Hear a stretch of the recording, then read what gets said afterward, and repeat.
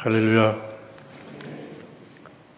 제가 제 자신에게 가장 아쉬워하는 것 중에 하나가 제가 음악을 좋아하는데 거기에 비해서 제대로 다룬 악기가 별로 없다는 점입니다.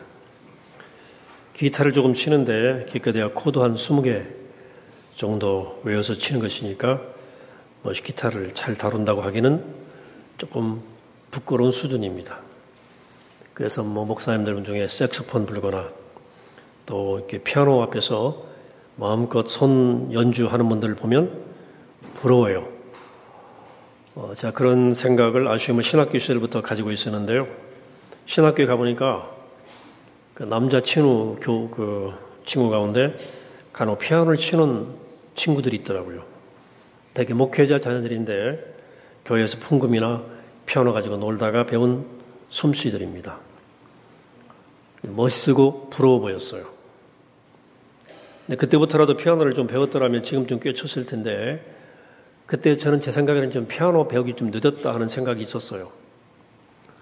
사실은 저기 피아노를 배울 수 있었던 기회가 없었던 것은 아닙니다. 어릴 적 여동생이 피아노를 배우기 시작할 무렵에 어머님이 저한테 그러셨어요. 너도 한번 해볼래? 제가 단호하게 안 해요.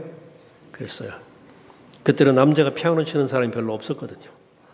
놀기도 바쁜데 귀찮기도 하고 피아노는 여자나 치는 것이라고는 왜곡된 의식이 제 안에 있었습니다. 제 부모님은 제가 싫다는 것을 억지로 시키는 분들이 아니기 때문에 저는 피아노를 배울 수 있는 기회를 그냥 놓쳐버리고 말았습니다. 그런데 하루는 그 피아노를 다루는 그 제 친구에게 이 어릴 적 이야기를 해주었더니 그 친구가 한다는 말이 아이고 그때 네 부모님이 너를 두들겨 패서라도 가르쳤어야 되는데 그럼 너 나보다 피아노 더 잘 쳤을 거야. 나는 어깨너머로 배웠거든. 이러는 거예요. 근데 자기는 자기 목사님 아버지한테 맞아가면서 배웠다는 거예요. 그때 그 친구 한 말을 좀 곰곰이 생각해 보십시다. 때려서라도 억지로라도 배우게 했었어야지 하는 말이에요. 이 말은 어린아이들에게는 분별력이 없으므로 그의 뜻을 모두 받아주어서 안 된다는 뜻도 들어있어요. 그럴 거예요. 근데 실제 어린아이들 자신에게 진실로 중요한 것이 무엇인지를 모를 경우가 있어요.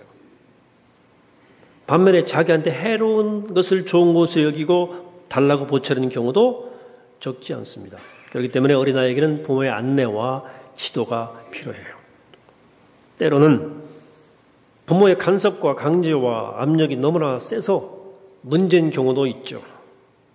정말 애에게 필요한 것이 뭔지 모르고 본인의 욕심대로 하고 싶은 걸 시키는 경우를 말합니다. 그런 문제 때문에 애들이 어릴 때 상처를 받은 일이 많습니다. 부모는 이 문제에 대해서 세심하게 배려해야 돼요. 하지만 그렇다고 해서 아이들이 하고 싶어 하는 대로 놓아두어도 되느냐 하는 문제는 별개의 문제예요.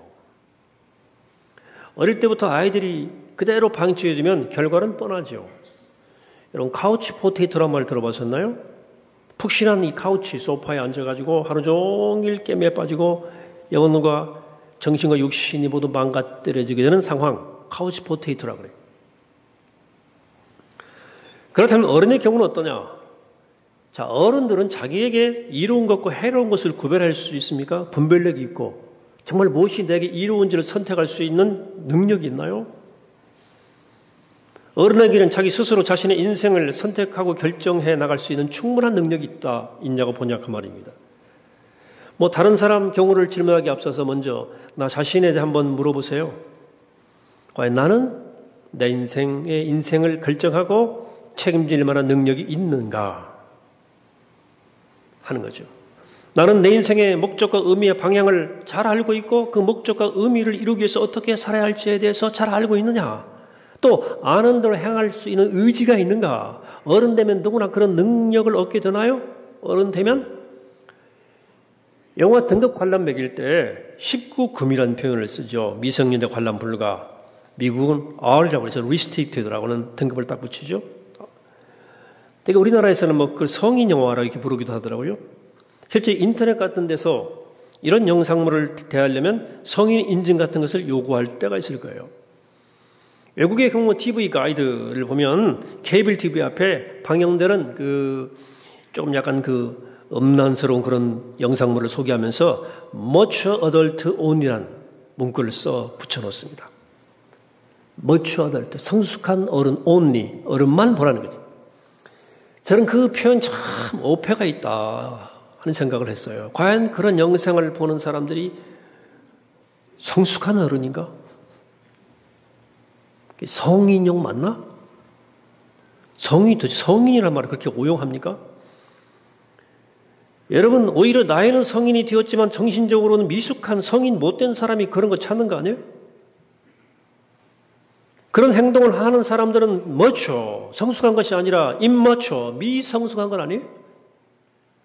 자, 인간이 어느 정도 수준에 이르면 나이 먹으면 자신의 인생을 스스로 결정해 나갈 수 있는 능력이 있냐 그 말입니다. 분별력이 있냐 그 말입니다. 내게 무엇이 이로운지 해로운지를 분별하고 내게 이로운 것을 선택할 의지가 있고 그렇게 해서 자신의 인생의 삶을 바르게 살 수 있는 능력이 있는가 하는 거예요.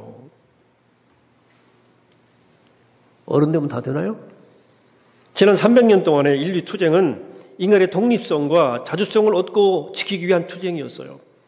그 투쟁과 희생의 결과로 인해서 많은 유익을 얻었습니다만은 과연 인간은 지금 지 스스로 서서 자신의 인생을 개척해 나가고 있느냐?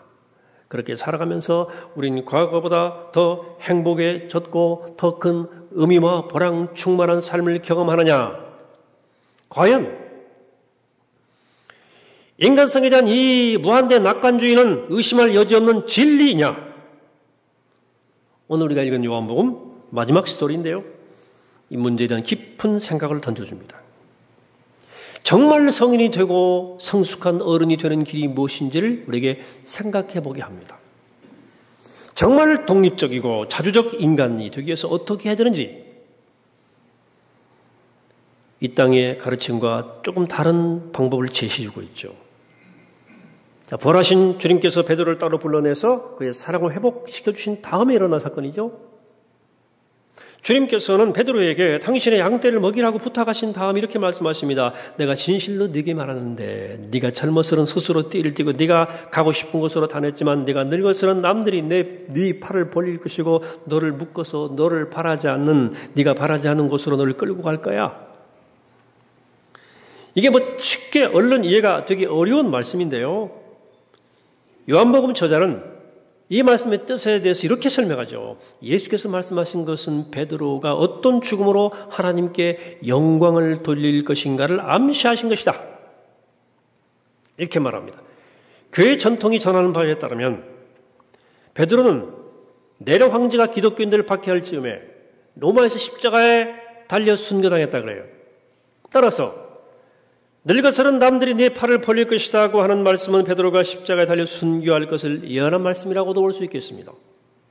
또 너를 띠띠어서 묶어서 네가 바라지 않는 곳으로 너를 끌고 갈 것이라고 하는 말씀은 베드로가 복음을 위해서 당할 여러 가지 박해를 암시한 것이다. 그러므로 예수님의 이 말씀은 베드로의 죽음에만 관계된 것이 아니라 앞으로 베드로의 삶의 방식에 관한 것임을 알 수 있습니다. 그 앞으로의 인생이 자신의 뜻과 의지가 아니라 다른 사람의 뜻과 의지로 인해서 결정될 것이라고 하는 말입니다. 이렇게 말씀하신 다음에 예수님은 베드로에게 너는 나를 따르라 이렇게 말씀하셨어요. 자, 베드로를 처음 만났을 때도 같은 말씀으로 불러내셨어요. 첫 번째 그의 그 따름은 가야바 법정에서 참혹하게 실패하죠. 이제 부활하신 주님은 베드로를 두 번째로 불러내십니다. 심하게 깨어졌다가 주님의 사랑으로 회복된 베드로는 이제 더 이상 자신을 의지하지 않고 주님만 의지하는 길을 걷게 됩니다. 자신의 분별력과 자신의 의지를 따라 산 것이 아니라 예수 그리스도의 인도하심을 따라 살아갑니다. 그전까지 베드로는 지 스스로 인생의 길을 개척해 나갔다면 이제는 주님을 앞세우고 주님의 인도대로 따라가는 삶이 됩니다. 자, 주님께 인생을 맡기고 살아가는 사람은 다른 사람의 손에 의해서 이끌려 다닐 수 있어요. 이걸 기꺼이 감수할 수 있어야 됩니다. 상황과 사람들의 이끌림. 하나님께서는 여러 사람들의 손을 통해서 나를 이끄시고 밀어내시고 깨뜨리시고 빚으셔서 하나님의 뜻을 이루어 가십니다. 이것을 받아들일 수 있어야 주님의 손에 나를 내어드릴 수 있는 거예요. 사람들이 나를 묶어서 내가 바라지 않는 곳으로 막 끌고 가더라도 이것이 주님의 뜻이라고 믿어지면 순순히 당할 수 있죠. 때때로 그것은 참으로 어려운 일이에요. 내가 참 하찮게 취급당하는 것 같잖아요. 시키는 대로 해야 되니까. 오라면 오고 가라면 가야 되니까. 하지만 사람들의 손에 이끌리는 것을 받아들이지 않고는 결코 하나님의 손에 이끌릴 수가 없습니다. 하나님이 사람을 통해서 말씀하시거든요. 근데 베드로는 두 번째 부름을 받고는 이렇게 살아가는데 성공합니다. 첫 번째 부름을 받고 나섰을 때는 죽음의 위험 앞에서 주님을 3번씩이나 부인했습니다마는 두 번째 부름을 받고 나섰을 때는 그 어떤 환난과 박해도 그를 막지 못했어요. 끌려다니기도 하고 투옥당하기도 하고 도망다니기도 했습니다. 그러나 그런 주님의 손길에 자신의 인생을 맡기고 주님의 뜻을 따라 살았습니다. 죽음도 그의 길을 막지 못했습니다. 베드로는 마침내 그를 구원하신 예수 그리스도처럼 십자가에 못 박혀 죽기까지 자신의 길을 흔들리지 않고 뚜벅뚜벅 걸어갔습니다. 예수님은 돌아가시기 전에 이런 말씀하셨어요. 누구든지 나를 따라오려거든 자기를 부인하고 자기 십자가를 지고 나를 따를 것이니라. 베드로는 당시에 자기를 부인하라는 말씀이 무슨 뜻인지를 도무지 알지 못했어요. 나를 부인하다니. 하지만 자신이 믿었던 자기 자신에 대해 철저하게 절망하고 나서 그는 비로소 나를 부인하는 게 뭐를 말하는지를 깨달았어요. 그것은 내 인생의 주인이 마치 나 자신인 것처럼, 자기 생각이 진리인 것처럼, 자신의 판단이 항상 옳은 것처럼, 자기의 의지면 다 될 것처럼 생각하지 말라는 뜻이었어요. 그 대신 예수님을 주님으로 모시고 주님을 주인 삼고 내 생각은 내 십자가를 지고 주님의 뒤를 따라가라는 말씀이었어요. 주님의 제자가 되어서 십자가를 지고 자기를 부인하고 그 뒤를 따른다는 말은 내가 내 인생의 주인을 포기하고 주님을 새로운 주인으로 모시는 것을 뜻했어요. 주님의 제자로 살아간다는 말은 자신의 인생을 주님의 손에 완전히 맡기는 거예요. 나를 정말 행복하게 할 수 있는 분은 내가 아니라 주님이라는 사실을 인정하고 그분 앞에 완전히 무릎 꿇고 항복하는 겁니다. 그래서 내 판단이 아니라 주님의 판단과 계획을 찾는 거죠. 내 의지를 믿지 않고 주님이 주시는 능력만 믿는 거죠. 그렇게 하면 나는 점점 작아져요. 나중에 제로 상태가 됩니다. 주님은 내 안에 점점 커져서 나중에 100% 100이 되는 지경까지 나아가는 것, 이것이 영적 생활의 목표입니다. 영성 생활을 통해서 경험하는 놀라운 신비가 바로 여기 있어요. 자기를 부인하고 나는 완전히 부인해버리고 주님을 내 인생의 주인으로 모셔드리면 내가 없잖아요. 나는 어디 가는 거야 하는 느낌 받지 않습니까? 그래서 싫고 두렵죠. 아니 나는 재료가 되고 주님이 100이 되면 나는 껍데기 되고 마는 거 아니에요? 근데 실상은 정반대예요. 마음 가득 주를 모시고 산 영적 거인들이 그를 아무리 봐도 그렇고 아주 초보적인 우리 자신들의 저 자신의 경험을 보더라도 그래요. 이상하게도 나 자신을 부인하고 그 자리에 주님이 자리 잡는 자리가 커질수록 나는 진짜 내가 되는 느낌을 받습니다. 내가 되는 것 같아. 그때. 근데 반대로 그렇게 살다가 또 주님에 대한 감격이 무뎌지고 내 자신의 생각과 판단과 충동과 감정으로 살다 보면 내가 껍데기처럼 사는 것처럼 느껴지지 않습니까? 나 아니거든요. 왜? 내가 생각하는 나라고 하는 것은 거짓자예요. 우리 마치 그 자아를 부정하면 나 없어지는 것처럼 착각하고 거기에 집착하지만 그 예수를 온전히 마음으로 모셔드리는 일이 어색하고 싫어요. 부드러워요. 그러나 우리의 참 자아는 하나님 안에 있는 거예요. 예수 그리스도를 통해 하나님과 화해하고 그분의 자녀로 받아들여질 때 우린 참된 나를 발견하게 됩니다. 예수 그리스도를 주님으로 모시고 그분의 뜻에 순종하며 살아갈 때 우리의 참 자아는 점점 성장하게 되고 진실로 내가 되었구나 고백이 가능하게 됩니다. 이게 영적 삶의 신비예요. 여러분 현대인들의 막연히 공유하고 있는 인간에 대한 무한정의 낙관주의가 얼마나 비성경적인지 아십니까? 인간은 처음부터 독립적 존재가 아닙니다. 그 어떤 노력으로도 인간은 독립적 존재가 될 수 없습니다. 인간은 스스로 독립만세 부르면 안 돼요. 그 생각 자체가 환상이고 망상이에요. 애들만 그러는 게 아니에요. 스스로를 성숙한 어른이라고 생각하는 사람도 홀로 설 수 없는 존재입니다. 왜? 인간은 근본적 성격에서 피조물이기 때문에. 지어진 존재이기 때문에. 지어진 존재는 그 존재를 지으신 분과의 관계 안에서만 위치가 찾아지는 거예요. 무슨 독립이에요?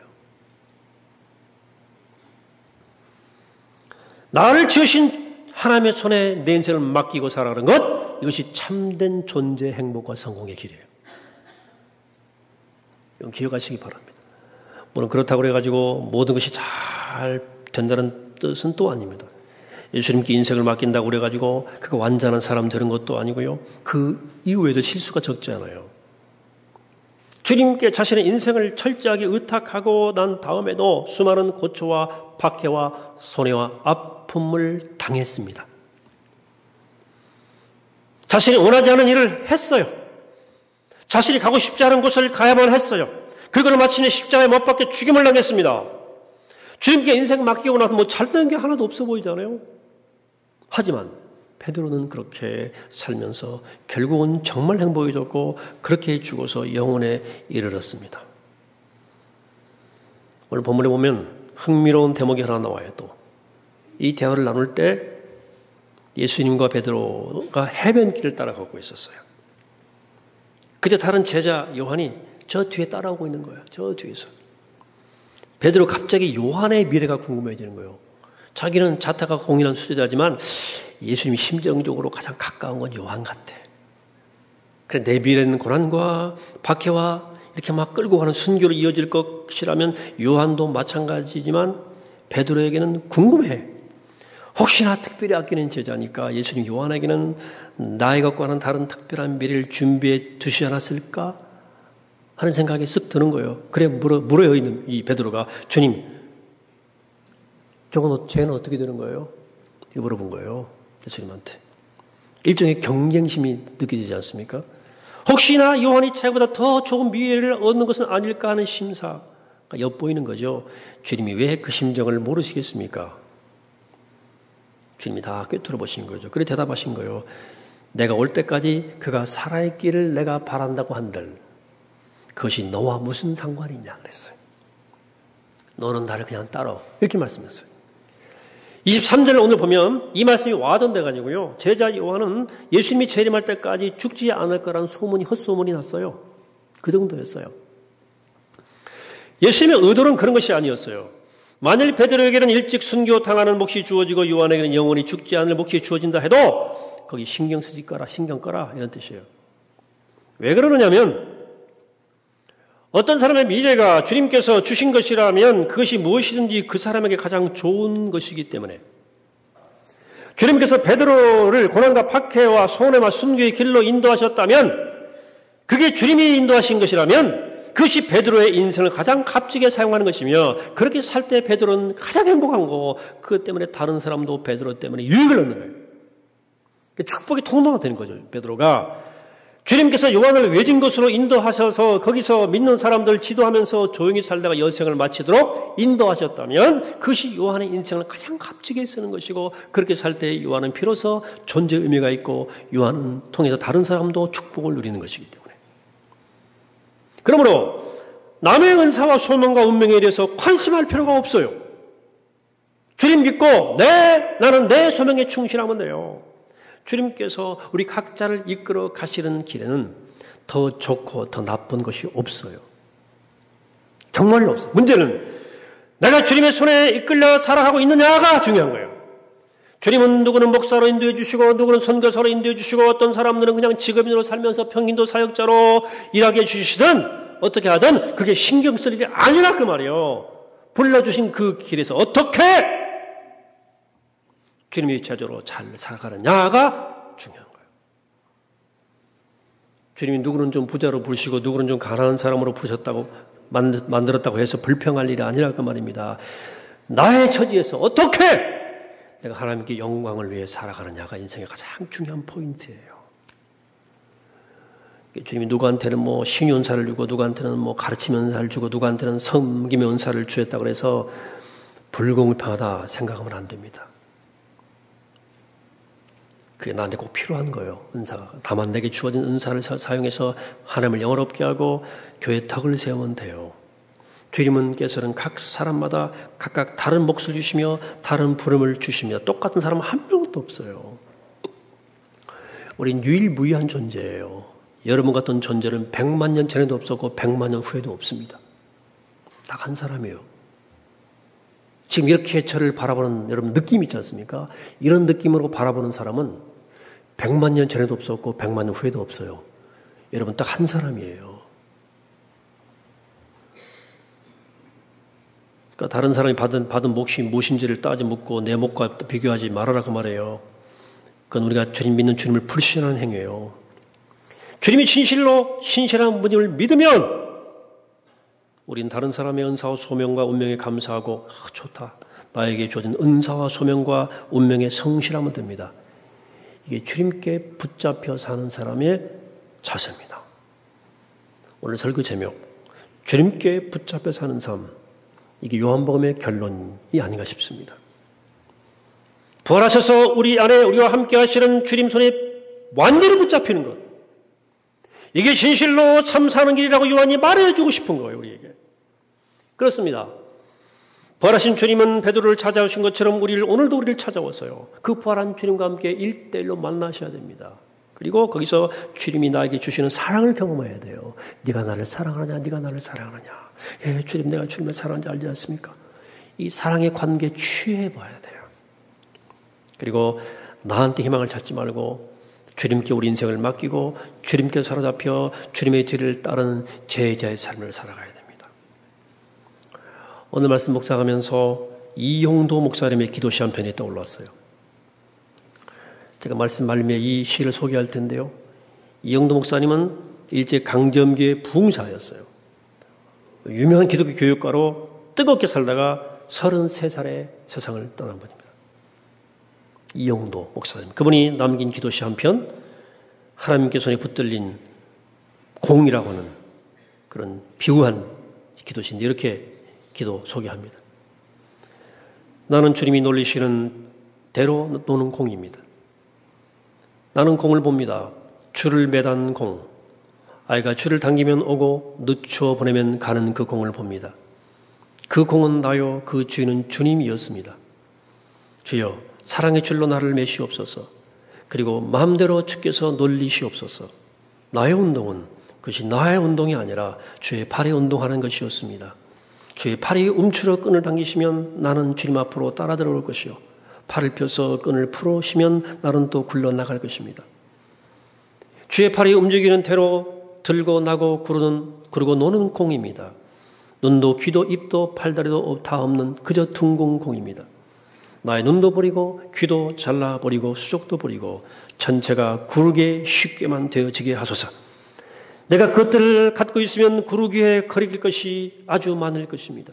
주께서 내가 보는 것 대신 보아주시고 나 대신 들어주시고 내가 움직이는 대신 주께서 움직이실 것이니 내 귀와 눈과 입과 코와 손과 발이 무슨 필요가 있겠습니까? 그 주의 눈이 내 눈이요 주의 귀가 내 귀입니다.